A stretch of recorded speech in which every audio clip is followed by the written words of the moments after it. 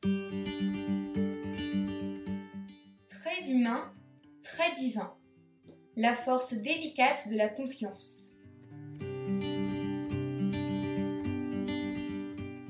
La confiance permet de découvrir le potentiel caché en chacun de nous.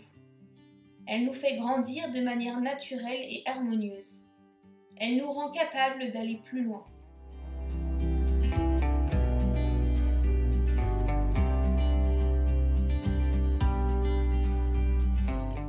Nul n'est un ver détaché. Nous faisons tous partie d'un même poème divin. Les histoires individuelles qui tissent l'histoire de l'humanité sont entrelacées par des relations de filiation, de fraternité et d'amitié.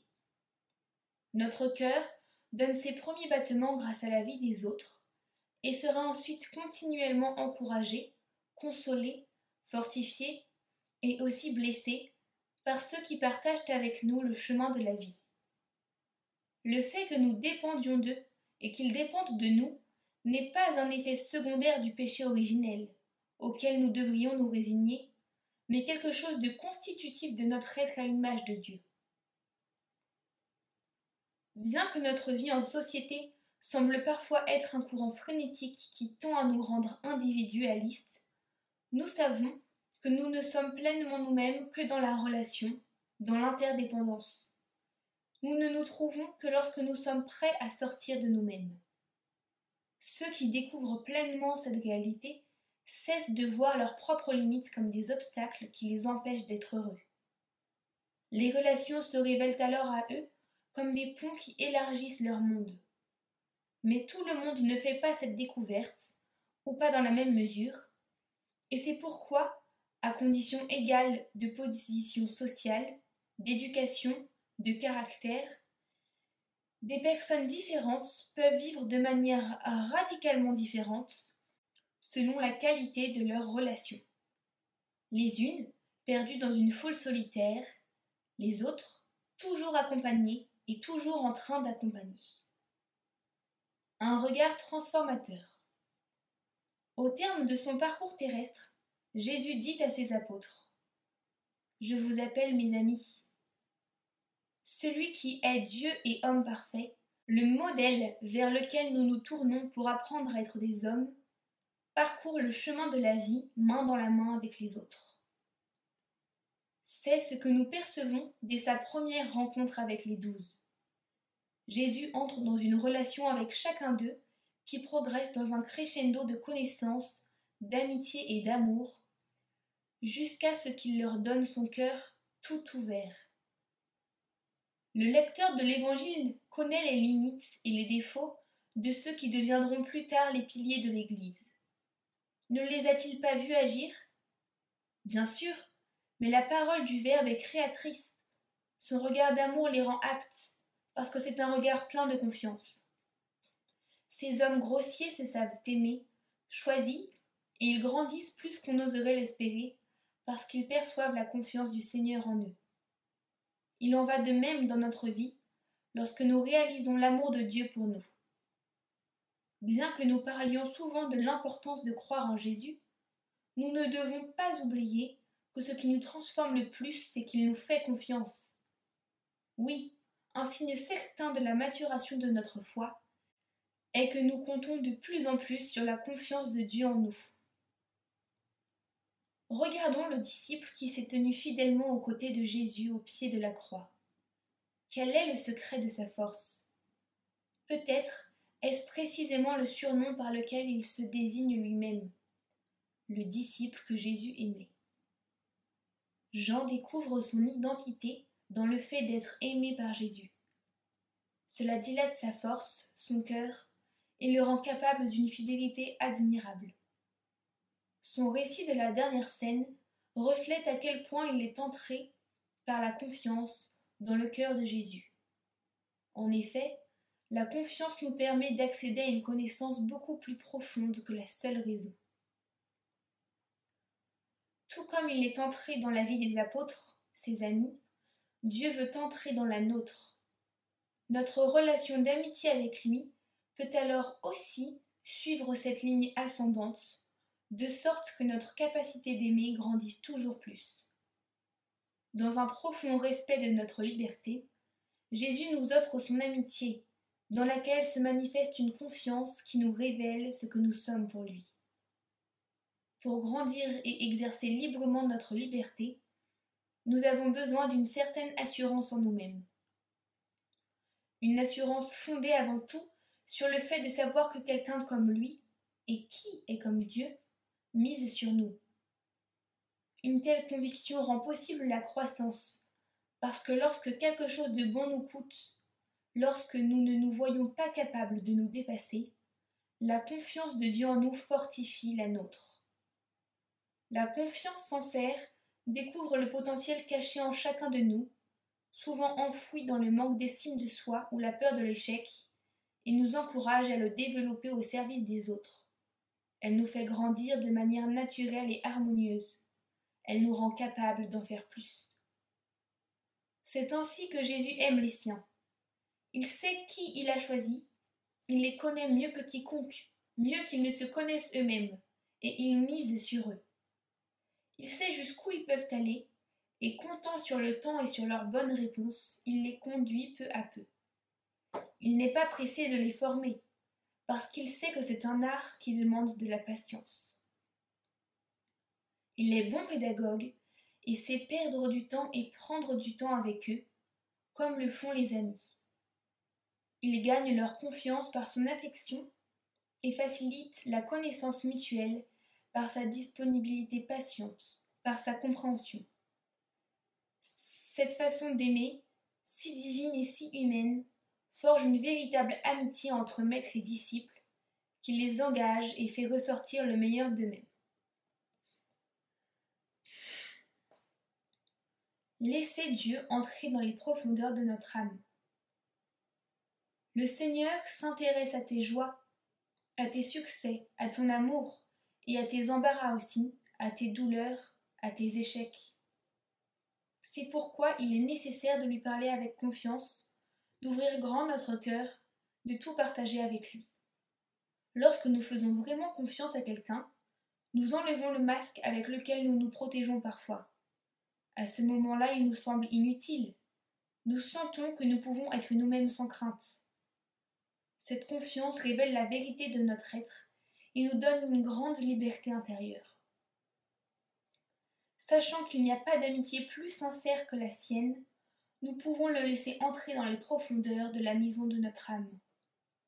Le laisserons-nous dans le salon où nous accueillons les invités? Au fur et à mesure que notre amitié grandit, nous aurons naturellement envie de lui montrer tous les recoins de notre vie. La salle de travail, pour qu'il nous voie réaliser nos tâches cachées, la salle de jeu, où se trouvent les choses qui nous passionnent, les rêves qui nous animent. Nous lui montrerons aussi le débarras, plein d'objets, certains plus utiles que d'autres, et les morceaux qui se sont cassés en chemin. Si nous nous faisons connaître, si nous allumons, il éclairera les coins qui semblent sombres et nous aidera à voir les espaces dans lesquels nous devons mettre de l'ordre. Et il le fera avec clarté, mais surtout en instillant l'espoir, parce que son regard n'est pas un regard qui juge, qui intimide. C'est un regard d'amour qui fortifie et élève. C'est un regard créateur et rédempteur.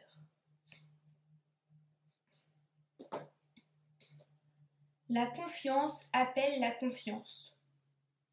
L'amour humain, dans ses meilleures expressions, nous parle de l'amour de Dieu. Expérimenter dans une amitié le moteur de la confiance, découvrir que quelqu'un croit en nous pousse à donner le meilleur de nous-mêmes. Nous nous rendons compte que c'est ainsi que doit être le regard de Dieu. C'est pourquoi nous devons nous aussi chercher à regarder les autres comme Jésus l'a fait. Apprendre de lui à être une lumière pour ceux qui nous entourent. En faisant l'expérience de la valeur transformatrice de la confiance de Dieu et de la confiance en Dieu, nous voyons la nécessité de l'offrir aux autres. Dieu se sert souvent d'une amitié authentique pour accomplir son œuvre salvatrice. La confiance que les bons amis ont les uns envers les autres est souvent le moyen que Dieu nous offre pour nous faire voir ce que nous n'oserions peut-être pas affronter seuls. Si nous avons la chance d'avoir de vrais amis, des gens qui nous aiment bien, meilleurs que nous, heureux, et que nous osons leur ouvrir ces espaces d'intimité, nous avons fait maintes fois l'expérience que notre monde intérieur s'enrichit en le partageant. Dans un climat de confiance, il n'y a plus de crainte que les autres voient nos faiblesses et nos luttes, ou qu'ils partagent nos projets et nos rêves.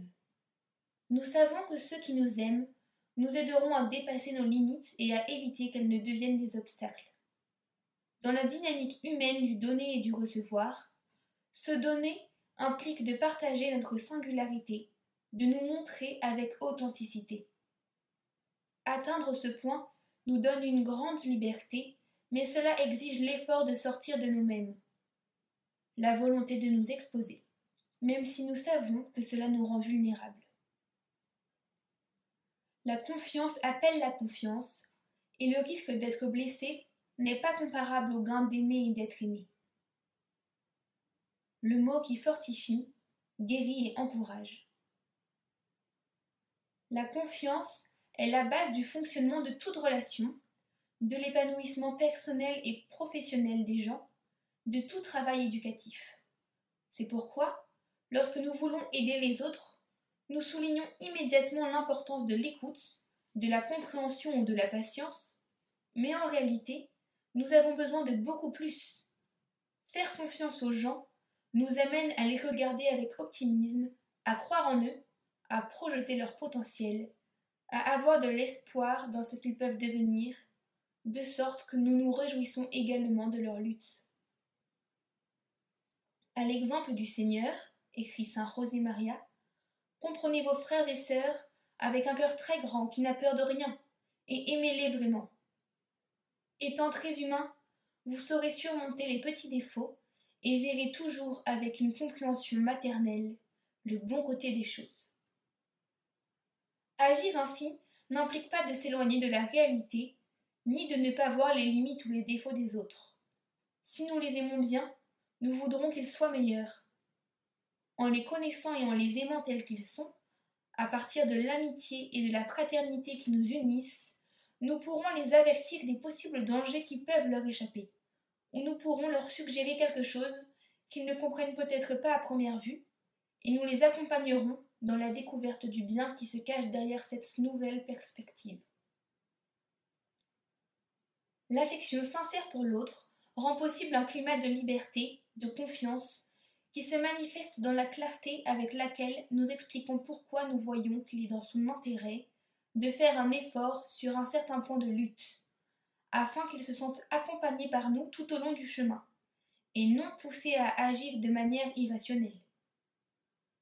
La fonction du directeur spirituel est d'aider l'âme à vouloir, à être disposée pour faire la volonté de Dieu. Il nous arrive parfois, en voulant aider quelqu'un qui ne semble pas nous écouter, de nous laisser emporter par le préjugé qu'il ne veut pas nous laisser faire. Nous ne pouvons pas oublier que nous sommes fragiles et que le chemin, tout comme l'apprentissage, laisse parfois des blessures qui mettent du temps à cicatriser. Il n'est pas rare que la douleur causée par ces coups conduise à la construction de barrières qui isolent, qui protègent d'éventuelles souffrances, mais qui empêchent aussi de retrouver la confiance nécessaire pour continuer à grandir. Le mot qui fortifie, qui guérit, qui encourage est le mot le plus purement humain. Ce n'est que s'il y a confiance, affection sincère et gratuite, que nous nous relierons à l'autre et que notre parole participera, avec la grâce de Dieu, à son pouvoir créateur. Elle sera alors une manifestation de son amour et aidera à guérir les blessures. Dieu connaît chacun de nous, même les blessés, et nous regarde tous avec tendresse. Apprenons du Seigneur à regarder ainsi, à comprendre chacun, à nous mettre à la place de l'autre. Il faut être patient et semer la confiance avec affection, avec des détails qui montrent notre intérêt sincère. Dieu a voulu que nous ayons besoin les uns des autres, et il agit dans l'histoire humaine à travers les hommes et les femmes, en comptant sur l'aide de chacun d'entre nous. Ceux qui ont une responsabilité à l'égard des autres doivent se méfier du risque de toujours vouloir apporter des solutions ou des réponses. Parfois, presque inconsciemment, nous pouvons penser que nous aidons l'autre lorsque nous l'amenons à adopter notre façon personnelle d'obtenir les meilleurs résultats. Or, le travail de formation ne consiste pas à faire marcher l'autre comme nous le souhaitons. Attendre des autres qu'ils se conforment à certains moules prédéterminés ne leur ouvre pas d'horizon. Au contraire, cela peut les soumettre à la frustration de ceux qui ne répondent pas à certaines attentes.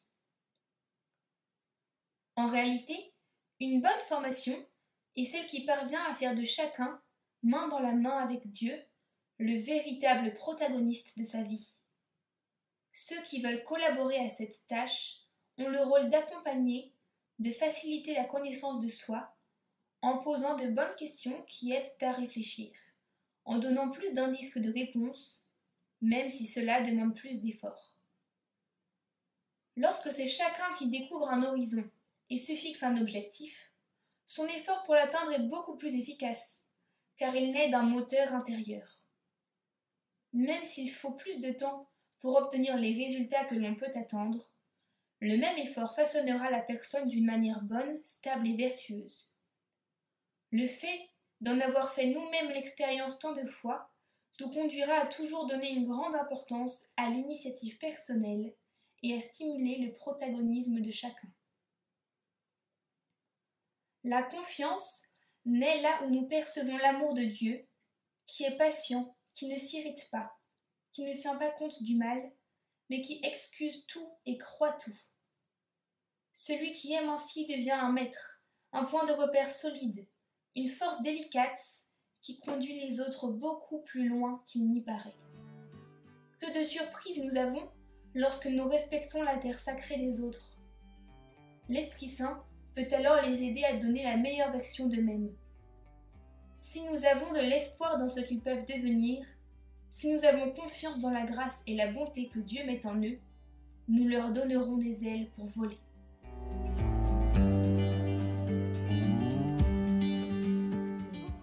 Texte écrit par Carmen Corcoles, que vous pouvez retrouver sur le site opusdei.org.